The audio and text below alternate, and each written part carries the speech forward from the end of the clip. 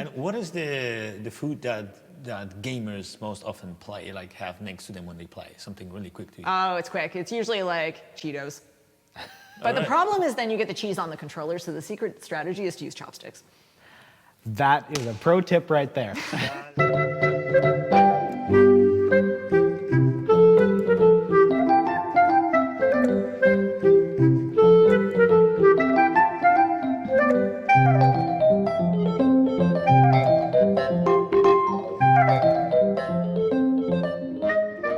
Hi everyone, we'd like to welcome you to the beautiful Isabel Bader Center for the Performing Arts here in Kingston. In this episode, we are going to let you in on the secret of how to turn your passion for video games into a profession. Yes. We want to introduce to you one very unique individual who took her passion for video game music as far as becoming a prof at Queen's, one of the top Canadian universities. Besides being the school prof, she's one of the most versatile scholars you will ever encounter. Let's welcome to the Music Mentorship Program, Dr. Stephanie Lind. Thank you. Oh, she's playing intent. Oh, Stephanie. Stephanie, what did just happen? Let me go and get her. I'm sorry, here is there. Thank you for coming. Welcome back and welcome again. Thanks. Sorry about that, I was just a little distracted by the game. It's okay. But thank you for taking the time to join us. So I want to start off by saying we know that you do a tremendous amount of things. In addition to being a lecturer and a theorist at a university, you also you use a lot of technology in the classroom. You are a published author, and you mentor students on how to get published themselves early on in their career. So there's a whole variety of activities plus games. So is there really anything that you don't do? Oh, I don't play enough Animal Crossing, that's for sure. Well, Dr. Lind, what kind of doctor are you? It really puzzles me, because if you're a doctor of music, at some point that would imply, at least to me, that you would be treating music somehow.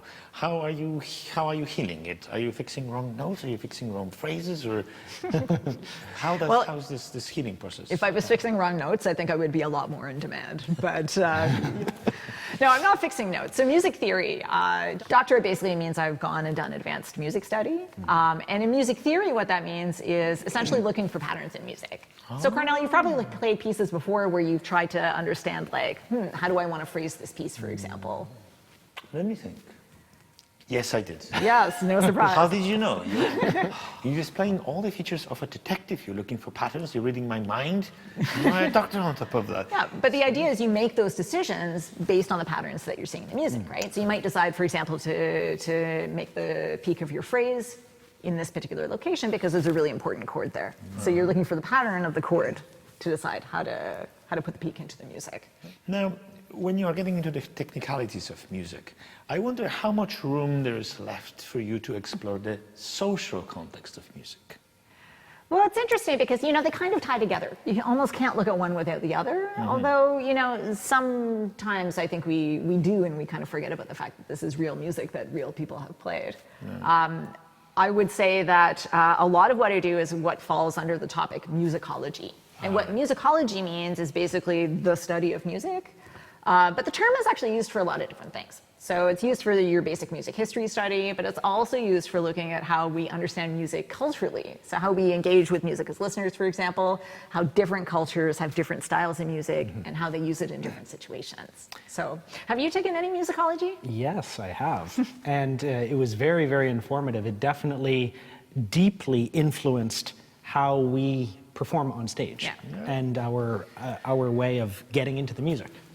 If another student wanted to go into music theory or into musicology, because I myself was in performance, what does that look like, and what courses would they be taking? Yeah, so what it looks like is essentially you have foundational courses that you would take to give you a broad overview in your first and second year. And then when you hit your 3rd and 4th year in university, you would do more specialized courses in the subject areas that you're the most interested in. So one example I can give you is we have an entry-level course in what's called Social History of Pop Music at Queen's. And that's to give you an overview of what's happened in pop music over the last 100 years and some of the big issues that'll come up.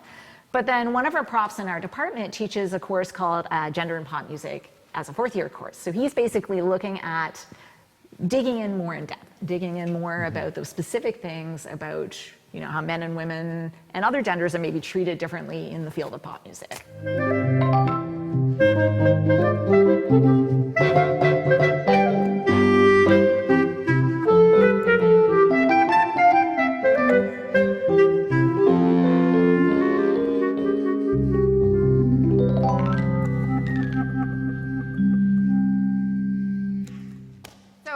When you were playing that, you had repetition happening in a few different ways, right? You had the melody at the beginning, bum bum bum ba dum ba dum ba dum ba dum ba dum ba da da, and then you did the exact same thing right away, right? Well, I guess we failed that level. Well, you kept on going, and you didn't quite fail the level because you went and you repeated the whole music again, right? Yeah.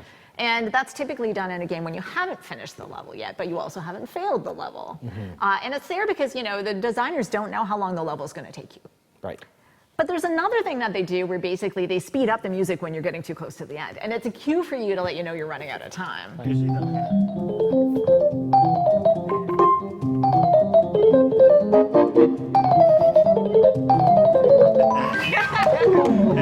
that usually happens to me when I'm running out of breath, right? Speeding up to the end of the phrase. Yeah, it's, in this case, it's not because you're running. I guess you are kind of running out of breath. It tries to right? make you feel that way, though, right? Exactly. Yeah, Like, it's and stressful. the idea is it's stressful. It's because the music is speeding up, and it's speeding up faster than your heart rate would normally be. Right. So it's, your body is going to try to kind of match that. But these kind of cues are not just about building tension. So for example, in Mario, when you hit a block and you're jumping up it in the, I knew that was going to happen. Like, do that again. Yes, so satisfying. Yes. Yeah, one more. Yeah!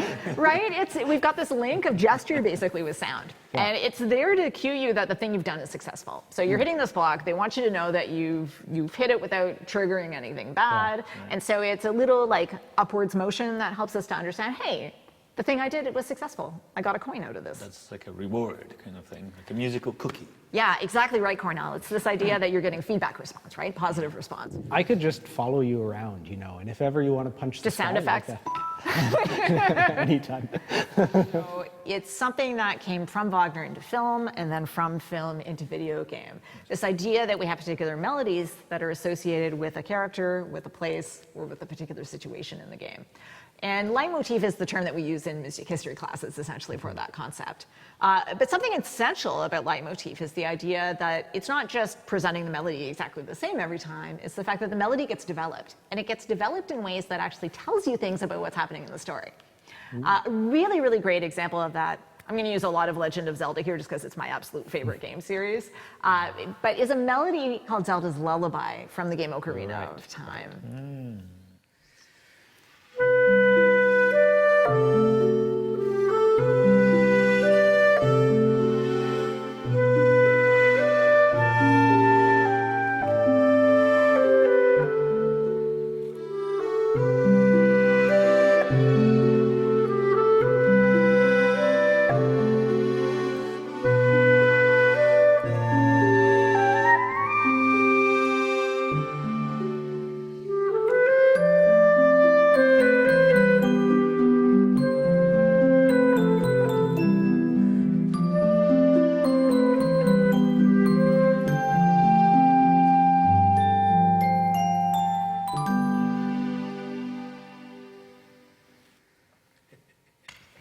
So it's a simple melody, it's a lullaby kind of 3/4 rhythm, and it's really meant to communicate the friendliness and the affection that you feel for the Zelda character.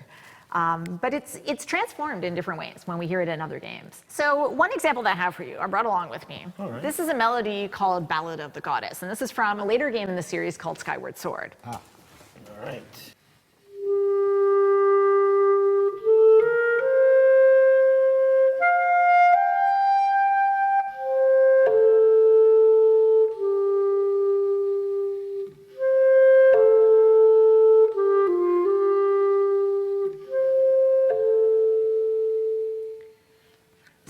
very simple melody. But it really sounds familiar. Like I almost feel like I know it, but it's the first time I'm saying it. You do know it. No. So let me talk a little bit about the backstory behind this melody. All right. So the story in the game is that you are the Zelda character, and you are in your village, and you're basically making an offering to the local goddess. And you basically are playing your harp and playing this tune and singing this particular song to the goddess. So there's this fact that Zelda's playing this thing, but then there's also this reference to the goddess. This is her theme. Well, it turns out the reason that this sounds so familiar to you, Kornel, is that it uses a ton of the same intervals, but it's also the same melody as Zelda's lullaby, but backwards. So are you suggesting that if I play this backwards, it's going to be Zelda's lullaby? If you play that backwards, it will be Zelda's lullaby. I have to try. That we have to hear. I have to try this.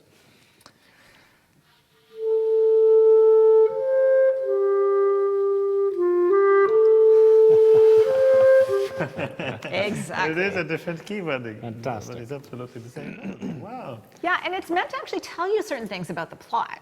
It's meant to tell you that there is this connection between the Zelda character and the goddess character. But it's also saying, well, these maybe are the same character. And this is something that's revealed later in the game, is that Zelda is actually essentially the reincarnation of the goddess. So it's not just a lazy composer. It's not just a lazy composer. It's the composer trying to hint at what's going to happen later in the game.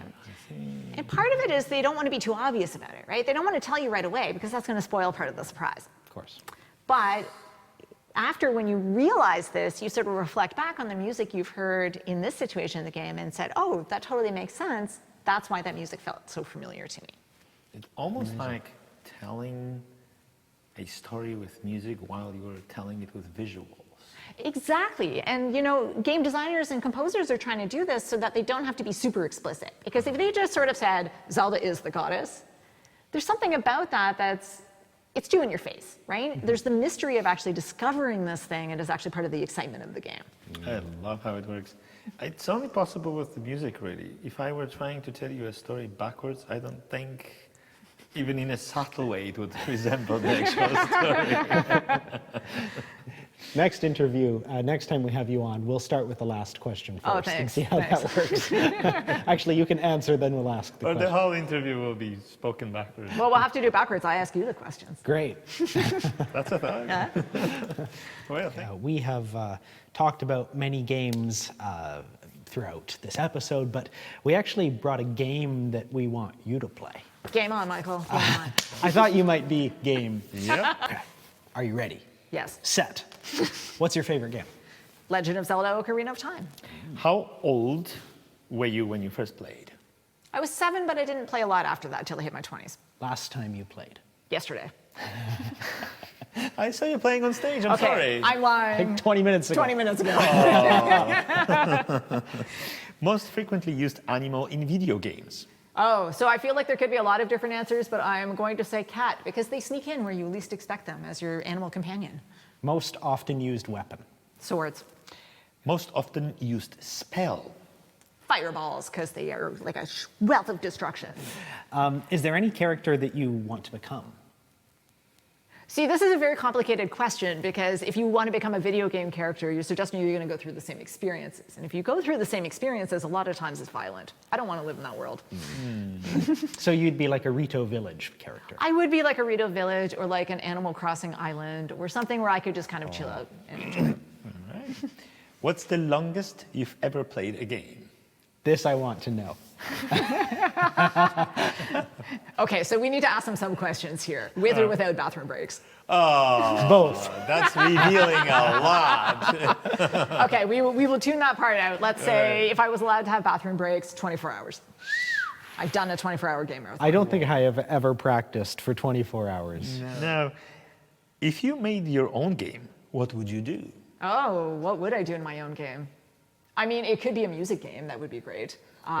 Would you be a virtuoso on some instrument, or would you be a composer, or would you be a video game composer maybe? I feel like my magical powers of detecting patterns would unlock new levels in the video game. See. Well, unfortunately, that's probably all the time that we have. And we look forward to having you again on the show at some point in the future. Yeah, I'd love to come back. Thanks for having me here. Thank you very much, Stephanie. I'm going to get back to my game. Well, What can we say to that? That was Dr. Stephanie Lind, and she's now unreachable. Yeah. So. Well, guys, that's all for today. Thank you for joining us, and we will see you in the next episode.